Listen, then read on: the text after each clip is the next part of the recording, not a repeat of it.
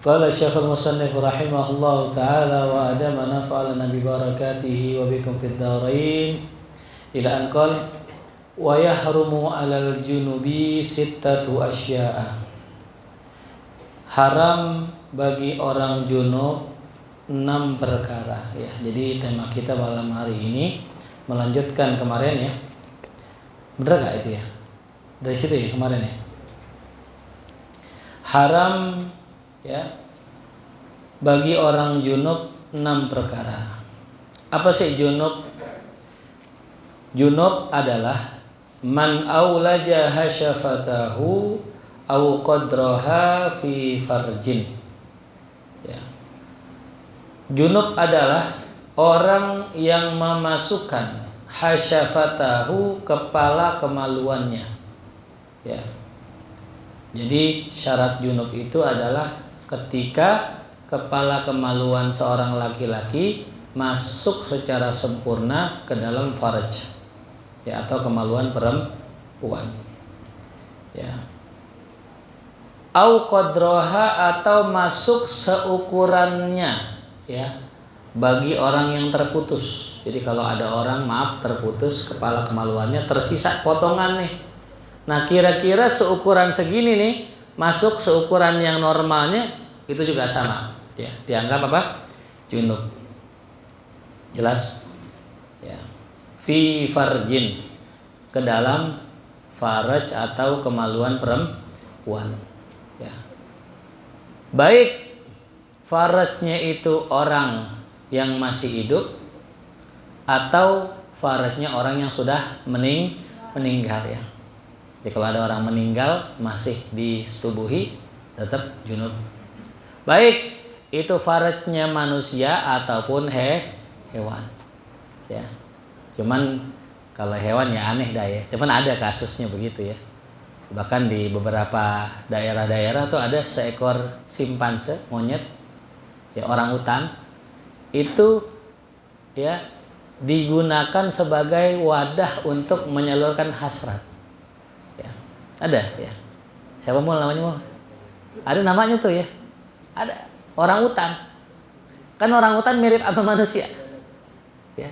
Jadi ada orang yang menggunakan itu orangutan tadi untuk menyalurkan hasrat seksualnya tadi ya. Itu junub juga gitu ya. Meskipun ada orang memasukkan kemaluannya ke dalam duburnya sendiri, itu termasuk junub juga ya. Baik faraj itu ya, kemaluan ataupun dubur, itu termasuk junub juga. Ini dalam kitab Kasyifatus saja ya, dalam kitab Kasyifatus saja ya. Kalau di kita enggak nih, di sini enggak ada, keterangannya cuma simpel aja. Ya. Atau ya, dia itu ulaja fihi dzalik. Ya, dimasukkan. Ya. Jadi yang junub itu bukan cuma yang memasukkan, tapi juga yang apa? Yang dimasukkan, itu perempuan. Au kharaja lahu maniyun, atau disebut juga junub kalau ada orang keluar air mani. Ya, misal tidur keluar sperma, air mani, nah, mandi wajib. Disebut dengan junub. Baik dalam kondisi tidur ataupun dalam kondisi terjaga ya. Jadi kalau kasus yang tidur jelas ya, orang bilang mimpi basah. Tapi kalau kasusnya nggak tidur, namanya apa? Ya, namanya istimna, atau mengeluarkan sperma dengan cara paksa atau dengan cara sendiri. Ya, boleh nggak hukumnya istimna? Boleh bagi si orang yang sudah menikah dengan tangan istrinya. Adapun dengan tangan sendiri, fala yajuzu, maka tidak diperbolehkan. Ya. Itu hukum fikihnya. Mujibun lil ghusli, yang mana air mani itu mewajibkan mandi ya. Ada air mani yang tidak mewajibkan mandi, ada ya. Sekiranya ya ada satu kasus di mana seorang suami istri setelah berhubungan, kemudian si istri ya setelah mandi nih ya, ternyata keluar. Nah ternyata itu adalah sisa daripada sperma laki-laki, yang itu nggak wajib mandi ya gitu. Makhudun minal janabah, kata junub terambil dari kata janabah ya, yang itu bermakna lughatan al-bu'du, maknanya jauh. Ya. Jadi junub asalnya katanya jauh, asal kata jauh. Ya. Gitu. Makanya dalam perkataan, dalam satu ungkapan apa? Ya, mujanabatus sayyi'at, maknanya menjauhi sayyiat, junub ya. Kenapa orang junub itu dikatakan jauh? Apa hubungannya junub dengan jauh? Karena orang junub itu lagi jauh dari rahmat Allah. Orang junub itu lagi jauh dari malaikat. Malaikat ngejauh tuh sama orang-orang yang apa? Lagi junub. Ya, makanya Al-Imam Haddad radhiyallahu anhu dalam kitab disebutkan ketika beliau itu hendak ya berjima dengan istrinya, beliau siapkan air di pinggir kasurnya agar selesai daripada beliau berjima, beliau langsung mandi, gitu.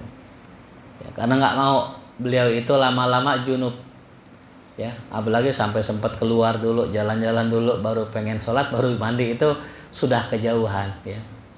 Bahkan dalam sebuah riwayat kalau ada orang keluar dari rumahnya, kemudian dia dalam keadaan junub, maka kalau kenapa-ngapa fala yalumanna illa nafsah, jangan mencela, jangan nyalain kecuali dirinya sendiri. Tuh. Artinya apa? Orang yang dalam kondisi junub jalan-jalan itu lebih gampang kena bala. Ya. Begitupun orang tidur. Orang tidur dalam kondisi junub, belum sempat mandi, belum sempat wudu, itu lebih gampang kena serangan setan atau kena serangan santet. Ya, tuh. Lagi ada orang yang menghasut sama kita. Itu kalau dingirimin dalam kondisi kita junub kena itu. Gitu. Ya, maka usahakan kalau bisa sebelum tidur, kalau nggak bisa mandi ya kita ngapain? Wudu. Ya. Itu kalau seandainya di rumah kita nggak ada air hangat, nah beli itu water heater namanya. Ya salam. Ada nggak di rumah ente? Ya. Tinggal pencet tek CC. Keran belok kiri dingin. Belok kanan panas. Tuh. Jangan bikin ngopi di situ, bikin kopi lagi. Panas nih bikin kopi. Itu airnya nggak bersih ya. Jelas tuh ya, itu maknanya junub. Itu menurut bahasa ya. Sama, setan juga sama. Syaiton itu asal katanya bauda juga, jauh juga. Ya. Junub maknanya jauh. Setan maknanya jauh. Apa hubungannya? Ya orang junub kayak apa tuh? Kayak setan, sama-sama apa tuh? Jauh ya. Makanya tadi ya dihindari gitu ya. Wa syar'an, adapun secara syara ya menurut istilah apa sih junub? Amrun i'tibariyun. Nah ini dia, catat nih. Apa sih amrun i'tibari? Bahasa katanya gini, sesuatu yang kagak ada bukti fisiknya. Tuh namanya amrun i'tibari. Perkara yang tidak ada wujudnya di alam nyata. Ya. Kecuali ada wujudnya fi aqlil ya mu'tabir itu ya. Dalam akalnya seseorang. Itu namanya amrun i'tibari. Banyak ya. Amrun i'tibari banyak, termasuk ya cinta. Cinta juga amrun i'tibari. Enggak ada orang yang bisa lihat. Ya. Sama juga junub. Junub amrun i'tibari, enggak ada yang bisa lihat. Ya. Makanya bedanya orang junub sama enggak junub apa bedanya? Secara zahir ada enggak? Oh, kalau junub gelap mukanya. Kalau udah mandi nggak terang, nggak juga. Ya emang orang Papua junubnya gimana? Menggelap juga, mandi juga gelap juga kan gitu. Ya. Jadi nggak ada. Makanya disebut apa tadi? Amrun i'tibari. Ini bahasa Arab ya. Perkara yang tidak ada wujudnya di alam nyata. Itu namanya amrun i'tibari. Sama juga hadas. Hadas juga sama. Hadas juga apa? Amrun i'tibar. Ya. Orang hadas sama orang nggak hadas, ya sama aja. Ya. Tapi buat orang-orang tertentu, orang yang sudah dibukakan futuhnya, dibukakan matanya, ainul basirahnya, mereka bisa membedakan mana orang junub, mana yang enggak. Ya. Karena mereka sudah bisa melihat amron i'tibari. Ya. Mereka sudah bisa melihat sesuatu yang orang kagak lihat. Duit nih, duit halal, duit haram. Kan amron i'tibari. Duit halal sama duit haram, emang ada bedanya? Kagak ada, sama. Yang cepean merah, yang gocapan biru. Ya, nggak ada bedanya. Tapi buat orang yang sudah kasyaf, dia bisa lihat tuh ada warnanya beda.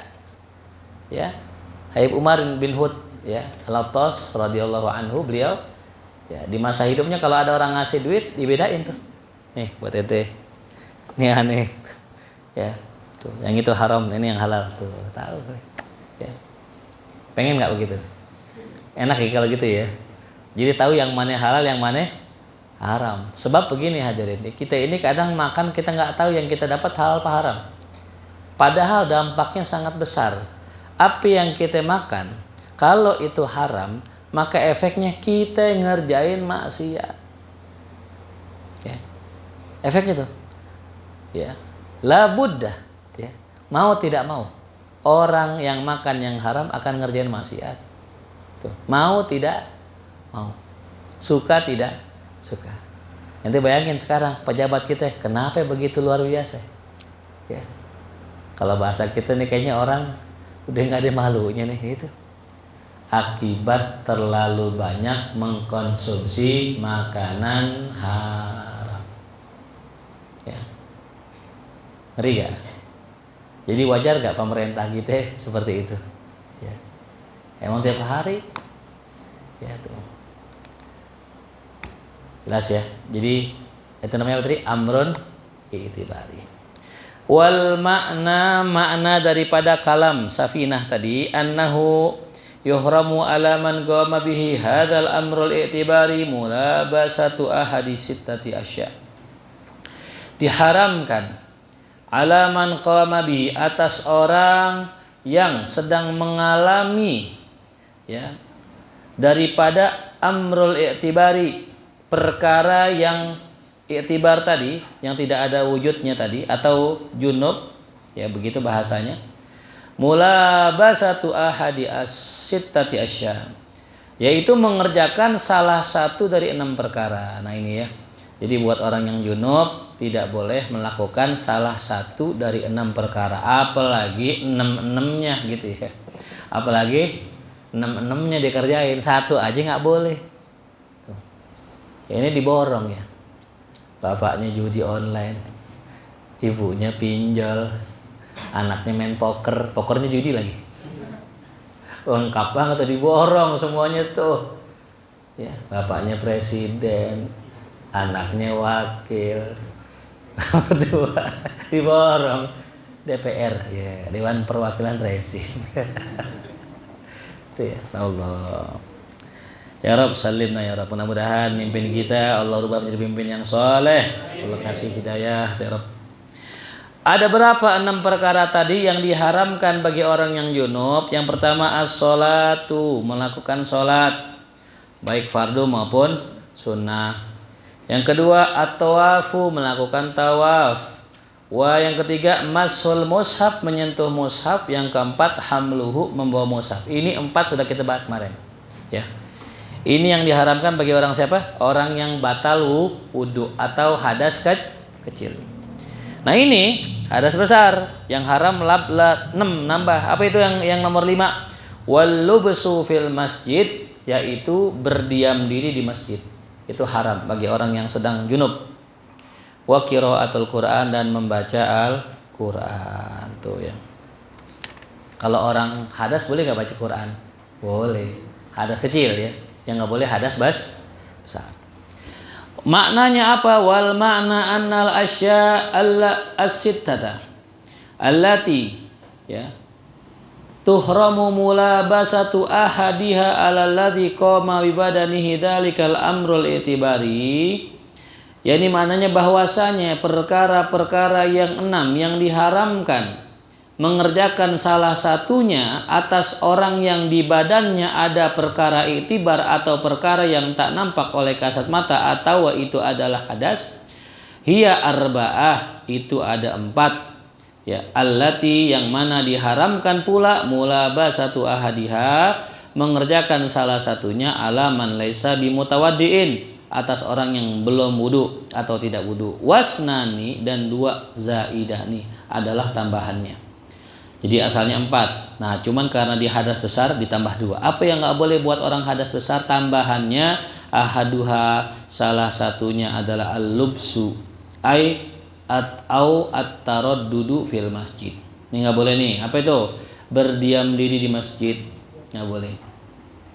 Ya jelas tuh ya, itikaf orang haid nggak boleh, orang junub nggak boleh.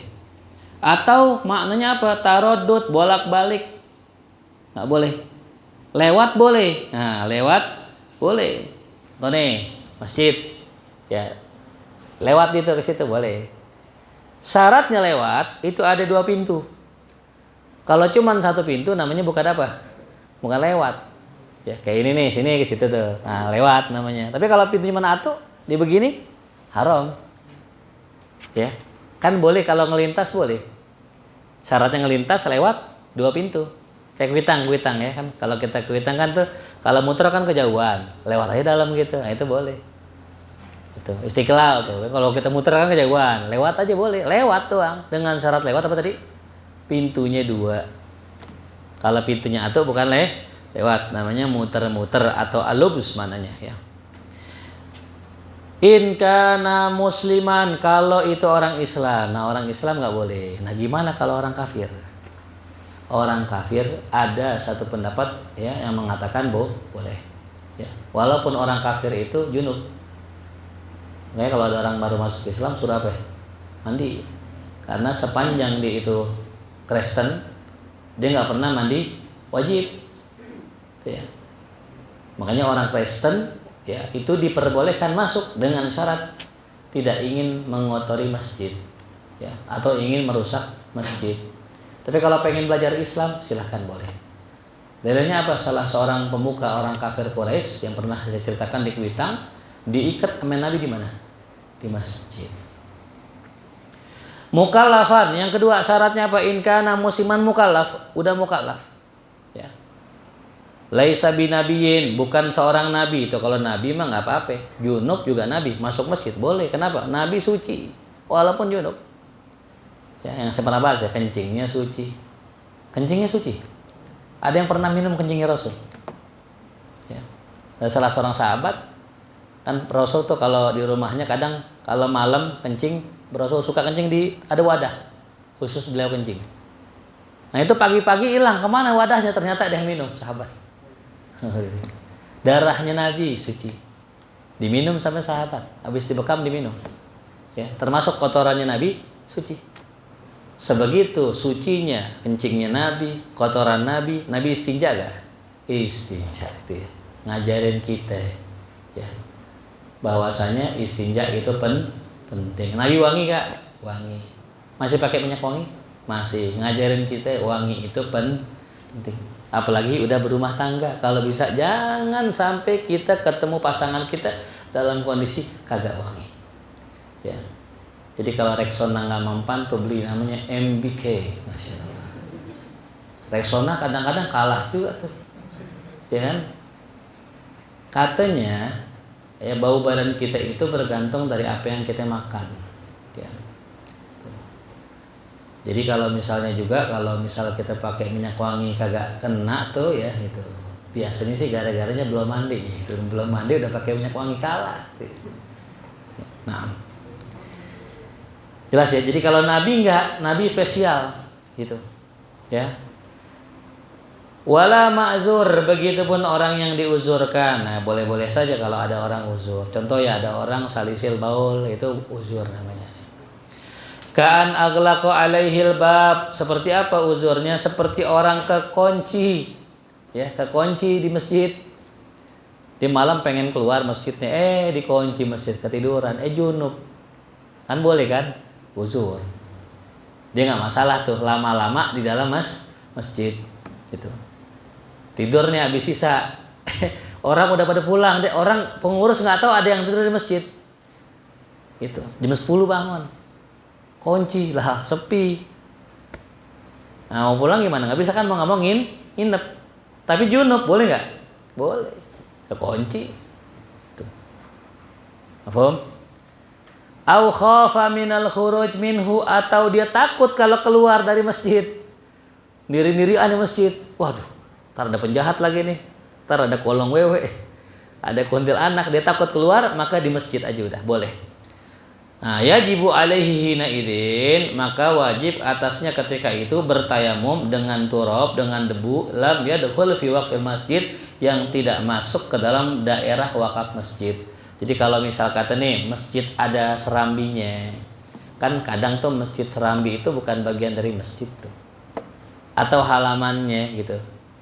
Maka itu boleh-boleh saja selama bukan wakaf masjid. Gimana kalau wakaf masjid? Udah nggak usah pakai tayamum. Dimaklumin kok gitu. Ya. Jadi kalau kita kekunci di dalam, nggak ada debu di situ, nggak ada tanah, ya udah nggak usah tayamum. Tapi kalau kita di luar, misal kata di luar gitu masih area masjid, boleh kita bertayamum di situ gitu. Silahkan. Sanihima yang kedua, qiraatul Quran, yang dilarang bagi orang yang junub adalah membaca Al-Quran, melafazkan Al-Quran, itu nggak boleh ya. Ya. Kalau hadas kecil boleh nggak?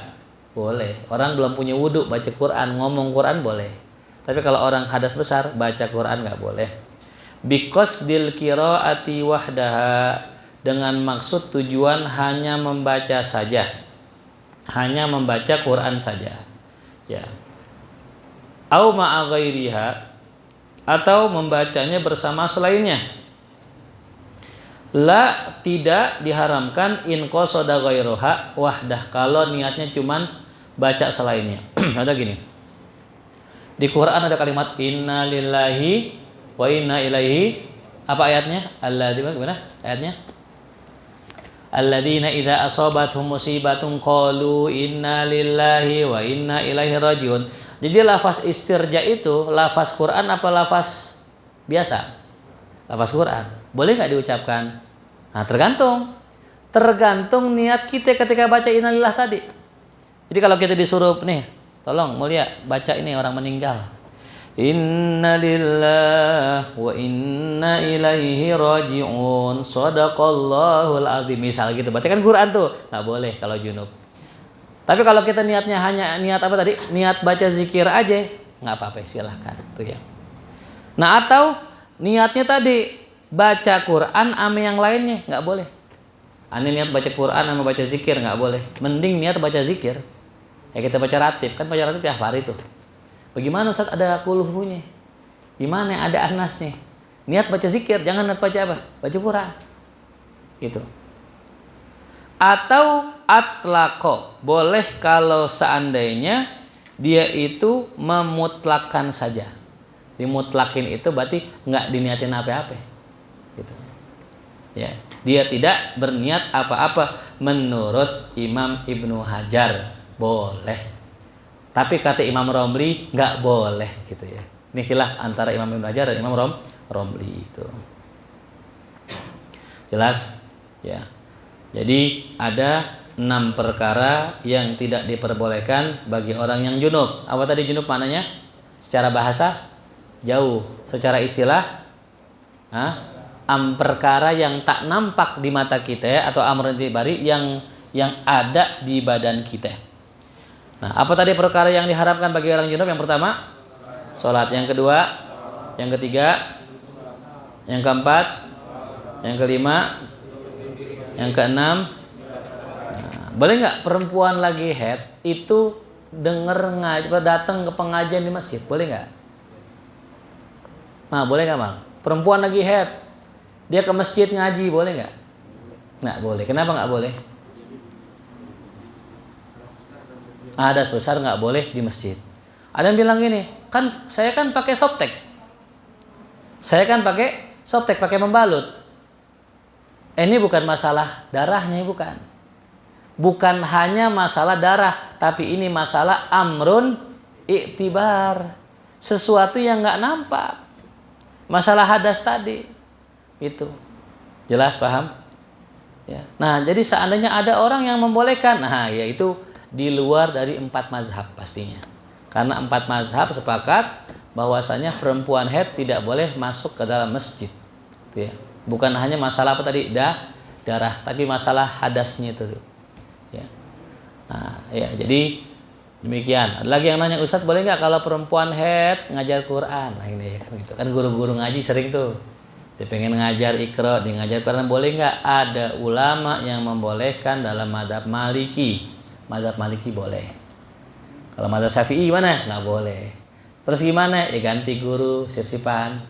Yang lagi nggak head, yang ngajar. Atau yang laki-laki yang nggak pernah head gitu kan ya. Ya, kalau laki-lakinya lagi head ya nggak ngajar. Kalau laki-lakinya head, jelas ya. Jadi demikian ya.